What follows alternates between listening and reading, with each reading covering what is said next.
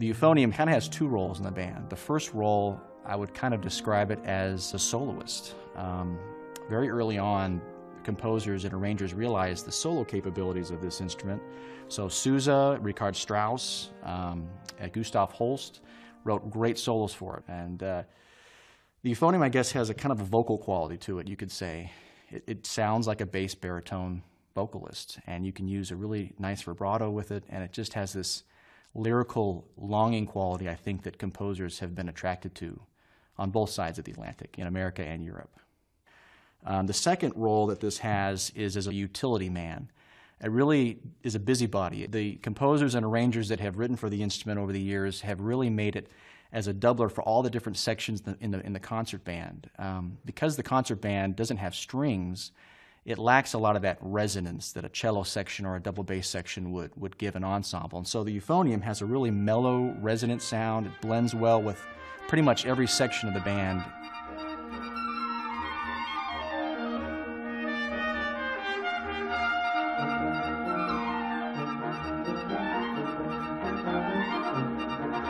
I tell people sometimes with the euphonium, not many people have heard of this instrument, though most have seen it. Sometimes we have a strike against us when we come out on stage because people are thinking, what is that instrument there?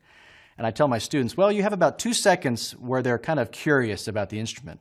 But because it's the euphonium, not the trombone or the trumpet, they don't have any kind of store of idiomatic music that goes along with that instrument.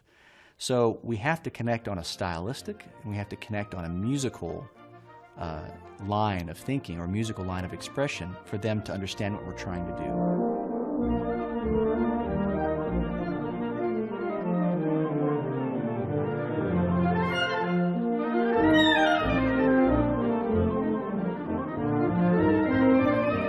In terms of warm-up, I don't have a really set routine.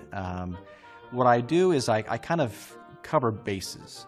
One of the biggest things that I talk to youth or young people about a lot is making sure that when they're practicing in the morning, and this can be obviously incorporated into a warm-up, the first thing you do during the day, is to connect your diaphragm or your core muscles here with what you're doing up here with your lips and your embouchure.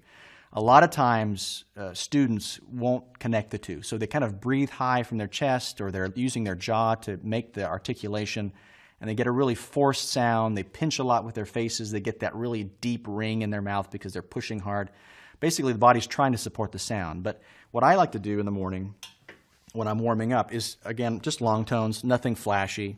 And the important thing about the long tones, though, is I'm trying to make sure that my diaphragm or core muscles are the thing that are popping the tongue and the lips out.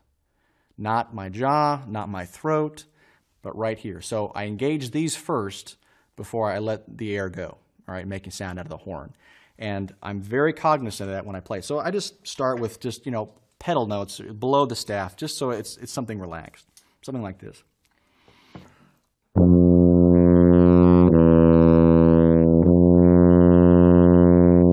Just easy like that.